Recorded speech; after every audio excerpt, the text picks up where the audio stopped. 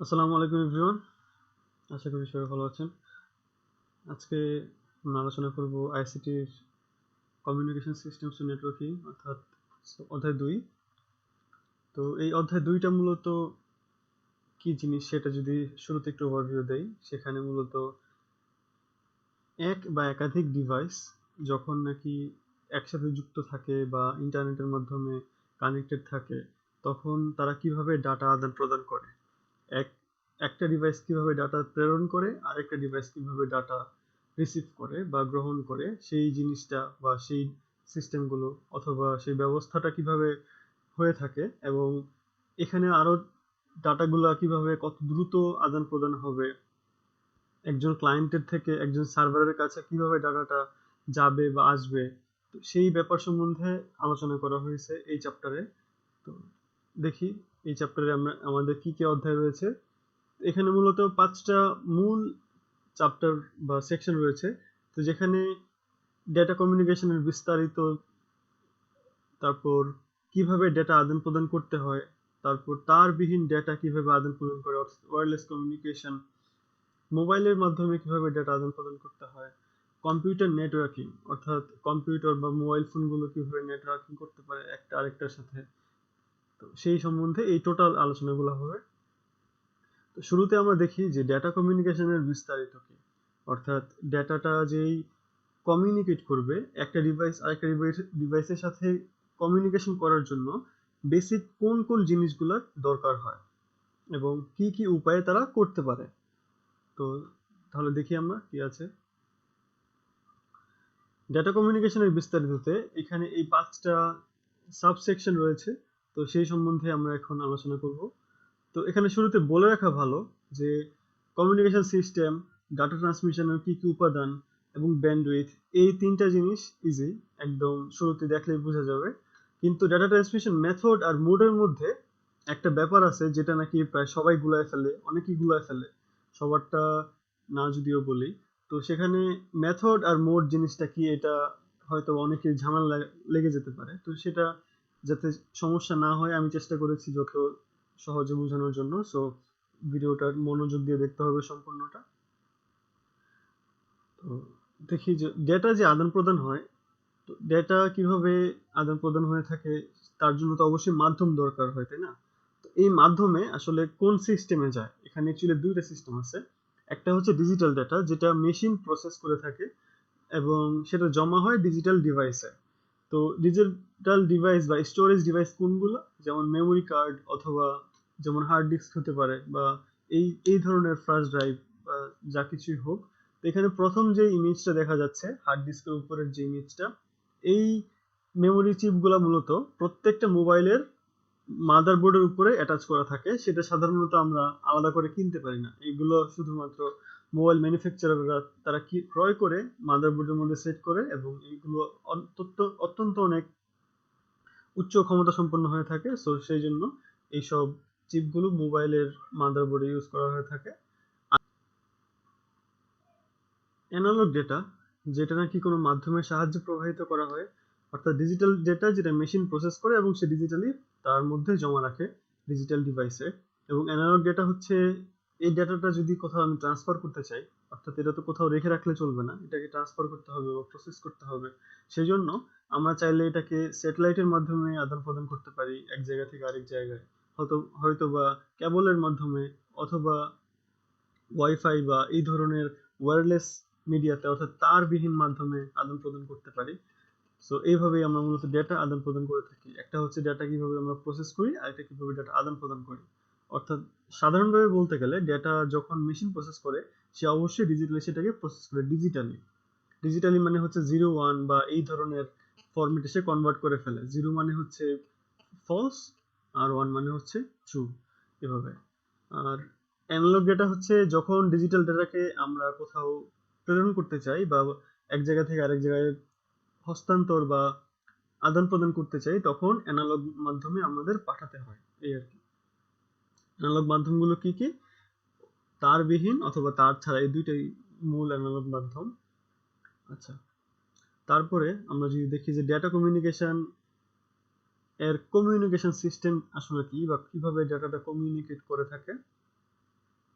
এখানে যদি শুরুর দিকে আমরা তাকাই ছবির 1 নং পয়েন্টে বলা আছে ইনপুট ইনফরমেশন, অর্থাৎ সে যে ইনপুট নিচ্ছে এই তথ্যটা তার মধ্যে ইনপুট হিসেবে আসতেছে, অর্থাৎ সোর্স, তাকে বলা হয় সোর্স বা ইনপুট ইনফরমেশন, বা সেটা একটা টেক্সট আকারে আসতে পারে অবশ্যই।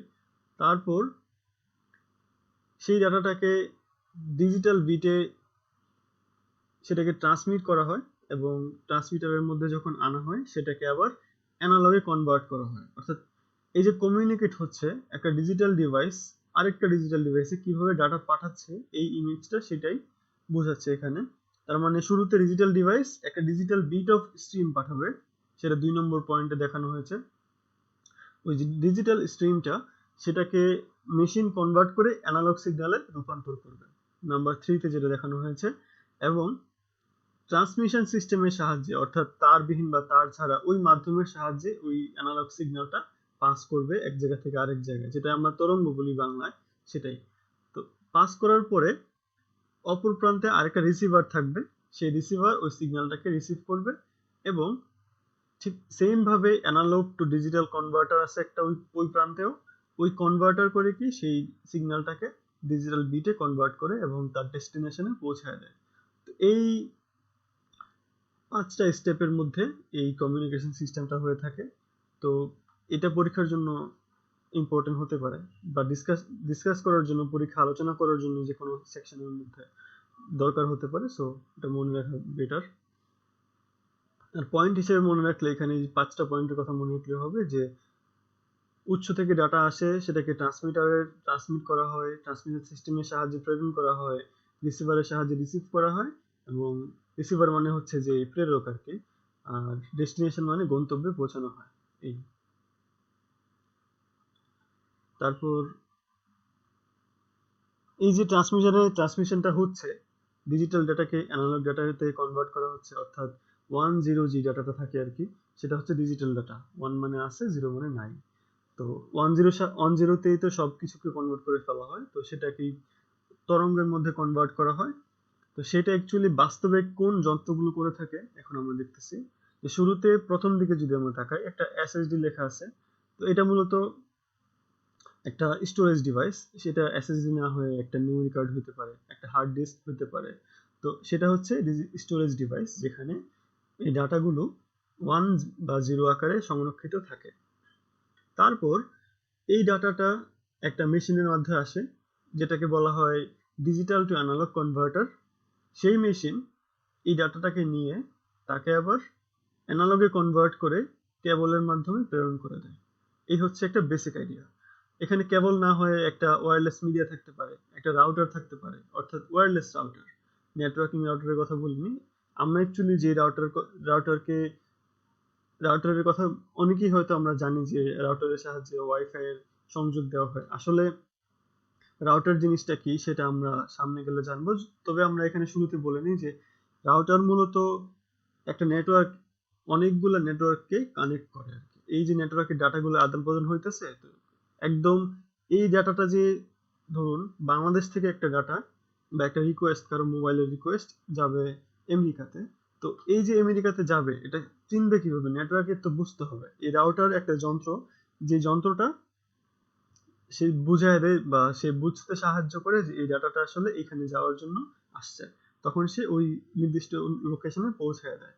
সেটা হচ্ছে রাউটারের কাজ। নর্মালি আমাদের বাসা বাড়িতে যে রাউটার গুলো থাকে, ওয়াইফাই রাউটার, সেটা মূলত ওয়্যারলেস কমিউনিকেশনের জন্য, আর কিছু না।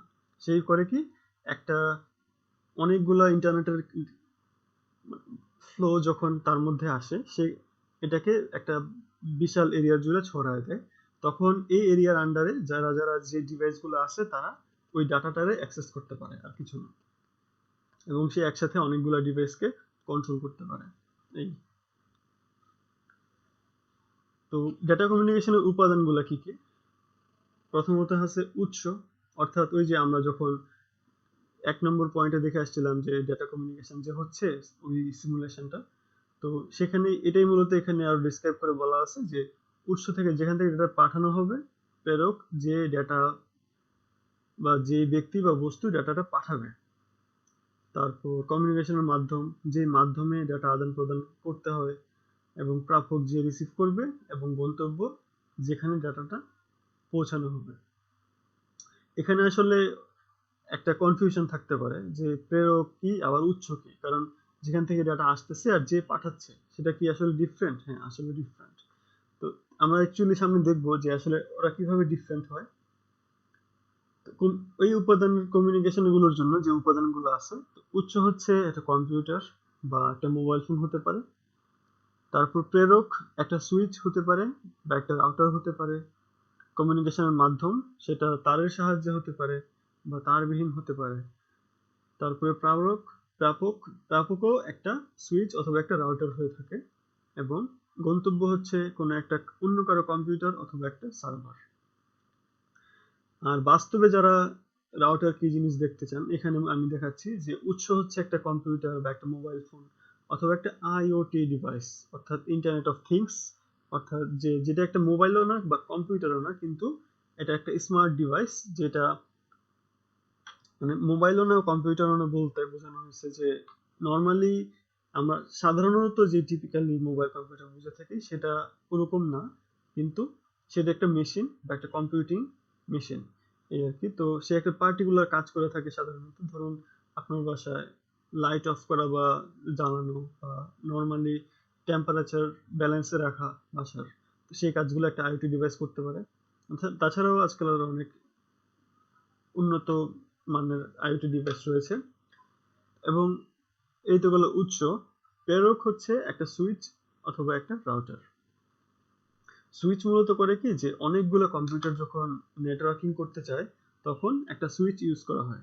এই সুইচটা উপরের যে ইমেজটা দেখা যাচ্ছে, এটা মূলত একটা সুইচ। এখানে অনেকগুলো পোর্ট আছে, এই পোর্টের মধ্যে সবাই তাদের কেবলগুলো এনে অ্যাটাচ করে তখন সবাই নিজেদের মতো একটা নেটওয়ার্ক তৈরি করতে পারে। আর রাউটার হচ্ছে এই সুইচ থেকে যখন ডাটাগুলা সে রিসিভ করলো, এই সুইচ এই রাউটারের কাছে এই ডাটাগুলোকে প্রেরণ করে। তো যখন বিশাল বিশাল কানেকশন থাকে, যেমন একটা দেশের মধ্যে অনেকগুলো জেলা থাকতে পারে, তো তখন একটা জেলা থেকে যখন আরেকটা জেলাতে আমি প্রেরণ করতে যাই, তখন মূলত রাউটার চিনে ফেলে যে এই ডাটাটা এই জেলায় যাবে, এই ডাটাটা ওই জেলায় যাবে, জিনিসটা এরকম। বিশাল যখন বড় অপটিক ফাইবারের কানেকশন গুলো দেওয়া হয় একটা বিশ্ব থেকে একটা দেশ থেকে আরেক দেশে, তখন আসলে এই রাউটার গুলো অনেক দরকার হয়। তো আমরা সামনে দেখি কোন মাধ্যমে যায়, একটা স্যাটেলাইটের মাধ্যমে যেতে পারে, একটা সাবমেরিন কেবলের সাহায্যে যেতে পারে, অথবা একটা কেবল মিডিয়ামের সাহায্যে যেতে পারে, তার দিয়ে অনেক দূর পর্যন্ত পাঠানো যেতে পারে। আবার প্রাপকের ক্ষেত্রেও সেম, প্রাপকও একটা সুইচ অথবা একটা রাউটার হয়, এবং সেখান থেকে গন্তব্যে যায়। গন্তব্য হইতে পারে একটা সার্ভার, যেখানে অনেক অনেক ডাটা জমা আছে, অথবা হইতে পারে একটা কম্পিউটার, এই আর কি। তো এবার আমাদের নেক্সট অধ্যায়, সেটা হচ্ছে ব্যান্ডউইথ। ব্যান্ডউইথ বা ডেটা ট্রান্সমিশন স্পিড। ব্যান্ডউইথ মানে হচ্ছে একটা মাধ্যমের সাহায্যে ডেটা কত স্পিডে যাবে। তো এখানে 3 ধরনের ব্যান্ডউইথের ক্যাটাগরি আছে। প্রথম ক্যাটাগরিটা হচ্ছে ন্যারো ব্যান্ড, যে অর্থাৎ যখন আগেকার দিনে টেলিগ্রাফ ছিল, সেটা মূলত ন্যারো ব্যান্ড ব্যবহার করত, 45 থেকে 30টা বিট প্রতি সেকেন্ডে পাস করত, 45 থেকে 300 বিট পার সেকেন্ডে পাস করত। তো এই আর কি ন্যারো ব্যান্ড। বিট মানে হচ্ছে একটা 1 অথবা একটা 0, এটাকে বলা হয় এক একটা বিট। একটা ওয়েভলেংথ যতটুকু হয় ছোট্ট সাইজের আর কি। তো এভাবে বিট জেনারেট হয়। তারপরে আসে ভয়েস ব্যান্ড, অর্থাৎ 9600 বিট পার সেকেন্ডে ট্রান্সফার করে থাকে। আমরা যখন কথা বলি, যখন টেলিফোন লাইনে কথা বলা হতো, তখন 9600 প্রতি সেকেন্ডে বিট পাস হতো, যার ফলে একজনের ভয়েসটা কি মানে বোঝা যেত যে কথা আসতেছে। এবং হচ্ছে ব্রডব্যান্ড। ব্রডব্যান্ড সর্বনিম্ন 1 মেগাবিট পার সেকেন্ডে ডাটা ট্রান্সমিশন করতে পারে, যেমন স্যাটেলাইট কমিউনিকেশন ও মাইক্রোওয়েভ কমিউনিকেশন অনেক ধরনের, বা কেবলের সাহায্যে যেগুলো হয়ে থাকে। তো আজকাল এই ব্রডব্যান্ডটাই খুব জনপ্রিয়, এবং এটাতেই ম্যাক্সিমাম ডাটাগুলো ট্রান্সফার হয়ে থাকে। এখন আমরা দেখব ডাটা ট্রান্সমিশনের বিস্তারিত কি কি, বা ডাটা ট্রান্সমিশনের উপায়গুলো আছে। শুরুতে আমরা বুঝিয়ে নিই যে ডেটা ট্রান্সমিশন মেথড কি জিনিস। মেথড হচ্ছে ডেটা কত দ্রুত যাবে, এক জায়গা থেকে আরেক জায়গায় কত দ্রুত যাবে এবং একসাথে কত বাইট বা কতগুলো প্যাকেট ট্রান্সফার হবে। বাইট মানে হচ্ছে কতগুলো বিটের সমন্বয়ে একটা বাইট বা প্যাকেট তৈরি হয়, অর্থাৎ কয়েকটা বিট যখন একসাথে হবে তাদেরকে বলা হয় একটা প্যাকেট। সেটাই তার মানে মেথড কি নির্দেশ করে, ডেটা কত দ্রুত যাবে বা কত বাইট বা কত প্যাকেট একসাথে ট্রান্সফার হবে সেটা আলোচনা করে ডেটা ট্রান্সমিশন মেথড। এখানে প্রথম ডেটা ট্রান্সমিশন মেথড হচ্ছে এসিনক্রোনাস, যেটা 11 থেকে 12 বিটের ক্যারেক্টার বাই ক্যারেক্টার ট্রান্সমিশন হয়ে থাকে। ক্যারেক্টার মানে হচ্ছে 11 থেকে 12টা বিট যখন একসাথে হবে তাদেরকে একটা ক্যারেক্টার বলা হয়। বিট মানে হচ্ছে একটা 0 বা 1, এদেরকে এক একটা বিট বলা হয়। 11 থেকে 12টা ক্যারেক্টার। তারপরে সিনক্রোনাস ডেটা ট্রান্সমিশন মেথড, সেটা হচ্ছে প্যাকেট আকারে ট্রান্সমিশন করে, কতগুলো প্যাকেট একসাথে যাবে। এবং আইসোক্রোনাস সেটা হচ্ছে সিনক্রোনাসের উন্নত ভার্সন, প্রতিটি ক্যারেক্টার ট্রান্সমিশনের মধ্যে যাতে সময় কম লাগে সেজন্য এই আইসোক্রোনাস মেথডটা আবিষ্কার হয়েছে। তো এখানে মূলত কম্পিউটারের মধ্যে বাইনারি কেন ব্যবহার করা হয়, অর্থাৎ 0-1 মানে বাইনারি সিস্টেমটা কেন ব্যবহার করা হয়, কারণ 0-1 দিয়ে সহজেই একটা ডাটা হোক বা কোনো ইমেজ বা যে কোনো ধরনের ডাটাকে রিপ্রেজেন্ট বা বোঝানো যায় খুব সহজে এবং প্রসেস করতে হয় খুব কম। যেমন দুইটা বস্তুর মধ্যে যখন আপনাকে চুজ করতে বলা হবে তখন আপনি যতটা ইজিলি চুজ করতে পারবেন, 10টা বস্তুর মধ্যে চুজ করতে বলা হলে আপনার জন্য আরো একটু কঠিন হয়ে দাঁড়াবে, জিনিসটা এরকম।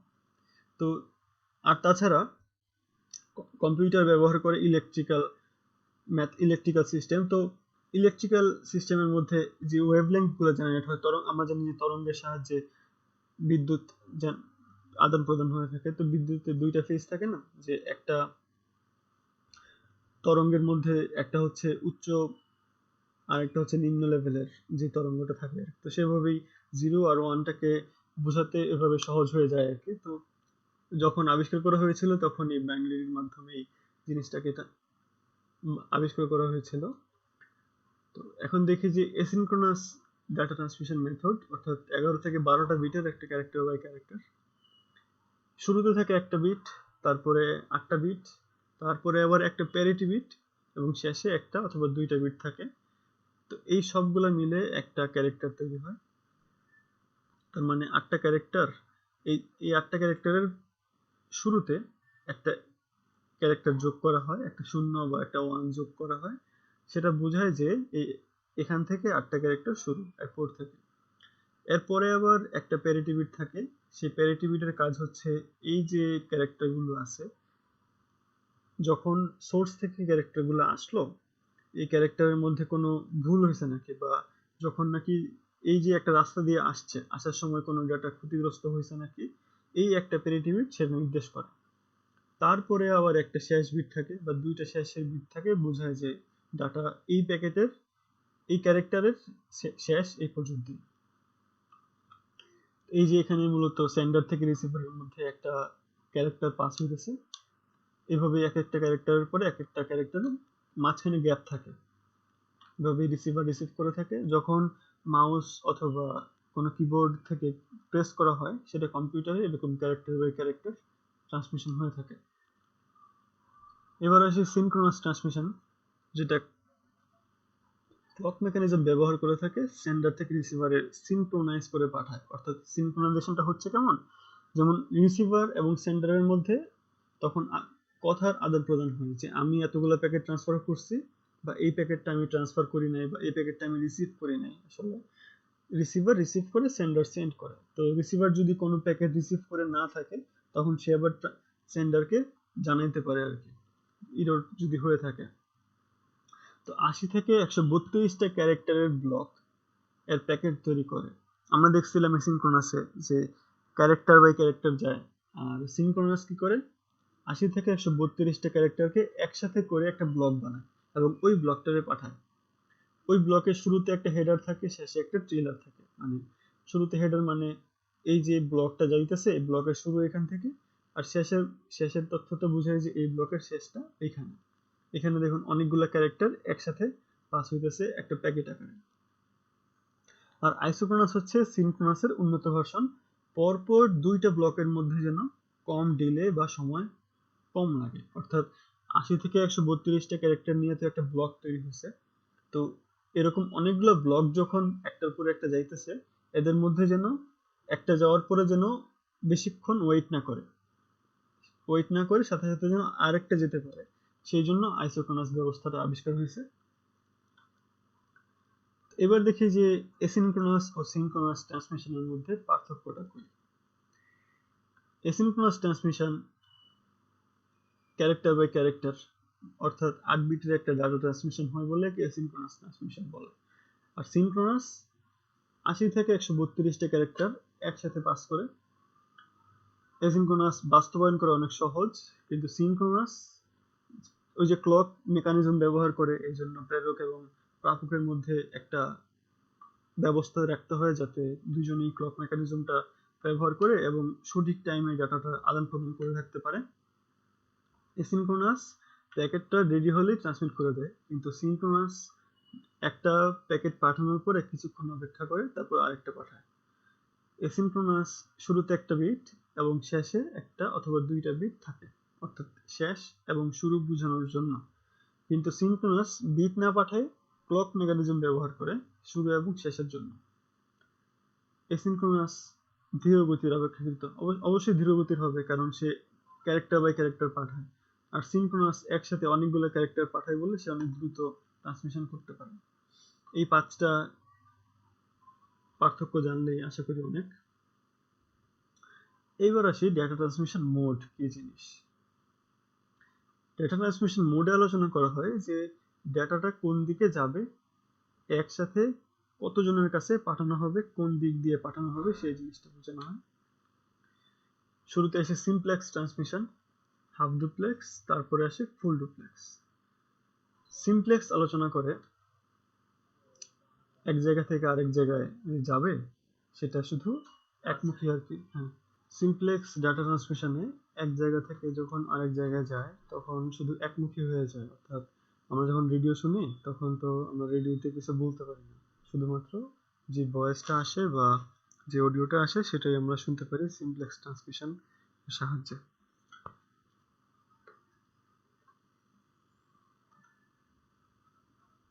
তারপর আসতেছে half duplex method. Half duplex মেথডটা হচ্ছে একটা ফোন থেকে যখন আরেকটা ফোনে বা ডিভাইসে কথা বলা হবে বা ডাটা ট্রান্সমিশন হবে, তখন দুইজন একসাথে কথা আদান প্রদান করতে পারবে না। যেমন আমরা এটা দেখে থাকি ওয়াকি টকির ক্ষেত্রে, যখন ওয়াকি টকি দিয়ে একজন কথা বলে তখন কথার শেষে বলতে হয় যে ওভার। সেটা হচ্ছে একটা নিয়ম যে ওভার বললে এই প্রান্তে যিনি কথা বলছেন তার কথা বলা শেষ হয়েছে, তখন অপর প্রান্তে আরেকজন কথা বলবে আবার ওভার বলবে, তাহলে তার মানে তিনিও কথা বলা শেষ করছে। তো এইভাবেই একজন কথা বলার পরে আরেকজন কথা বলতে হয়। এটা হচ্ছে ওয়াকি টকি এক্সাম্পল যেটা হাফ ডুপ্লেক্স মোড ব্যবহার করে। তারপর আসে যে ফুল ডুপ্লেক্স মেথড। ফুল ডুপ্লেক্সে একটা ফোন থেকে যখন আরেকটা ফোনে আমরা কথা বলি তখন আমরা একসাথেই কথা বলতে পারি, কারো মাঝখানে থামতে হয় না, দুইজনেই মানে দ্রুত কথা বলতে পারি বা আদান প্রদান হয় আর কি। ফুল ডুপ্লেক্সে এই সুবিধাটা পাওয়া যায়। তো এই যে 3টে মেথডের কথা বললাম, সিমপ্লেক্স, হাফ ডুপ্লেক্স এবং ফুল ডুপ্লেক্স, এখানে তো এমন হইতে পারে না যে একটা ডিভাইস অনেকগুলো ডিভাইসের সাথে একসাথে কথাবার্তা বলতেছে। তো সেই ক্ষেত্রে আসলে সিস্টেমটা কিরকম? সেই ক্ষেত্রে 3টে সিস্টেম, মানে আমরা তো কি দেখে আসছি যে ডেটা ট্রান্সমিশন মোড, তো এই মোডটা কাদের জন্য ছিল? সিঙ্গেল ডিভাইসের জন্য। তো ঠিক সেম এই ডেটা ট্রান্সমিশন মোডটা যদি অনেকগুলো ডিভাইস হয়, অর্থাৎ প্রাপকের সংখ্যা যদি অনেকগুলো হয়, তখন কি অবস্থা? ইউনিকাস্ট। ইউনিকাস্ট হচ্ছে যখন একজন প্রাপক এবং একজন প্রেরক, অর্থাৎ একটা মোবাইল এবং একটা সেল টাওয়ারের সাথে তুলনা করা যায়। সিমপ্লেক্স, হাফ ডুপ্লেক্স এবং ফুল ডুপ্লেক্স তারা সেই সিস্টেমে আগাইতে পারে। তারপর আসলে মাল্টিকাস্ট, যখন একটা নেটওয়ার্ক ডিভাইস অনেকগুলো ডিভাইসকে একসাথে ডাটা প্রেরণ করে। সেটা আমরা যখন দেখি যে টিভি, যখন আমরা দেখি টিভিতে সবাই একসাথে ডাটা দেখতে পারে বা টিভি দেখতে পারে, সেটা অ্যাকচুয়ালি মাল্টিকাস্টের একটা সুন্দর উদাহরণ। আর ব্রডকাস্ট হচ্ছে যখন একটা কম্পিউটার সে চাচ্ছে যে আরেকজনকে একটা ফাইল পাঠাবে এবং প্রিন্টারে সে একটা ফাইল প্রিন্ট করবে, কিন্তু কম্পিউটার থেকে টিভিতে সে কোনো কিছু পাঠাবে না, তখন সেটা অ্যাকচুয়ালি ব্রডকাস্ট। অর্থাৎ নির্দিষ্ট সংখ্যক প্রাপকের কাছে যখন ডাটা পাঠানো হয়, সবার কাছে পাঠানো হয় না, সেটা হচ্ছে ব্রডকাস্ট। তো এটাই মূলত আমাদের প্রথম, এই চ্যাপ্টারের প্রথম সেকশনের ওভারভিউটা। যদি কোনো অংশ বুঝতে সমস্যা হয় তাহলে ভিডিওটা আরেকবার দেখলে আশা করি ভালো হবে, অথবা জিজ্ঞাসা করে যেতে পারে, এই আর কি। তো সামনে আমরা দেখবো দ্বিতীয় সেকশনটা, যেখানে ডেটা কমিউনিকেশনের মাধ্যমগুলো আলোচনা করা হয়েছে।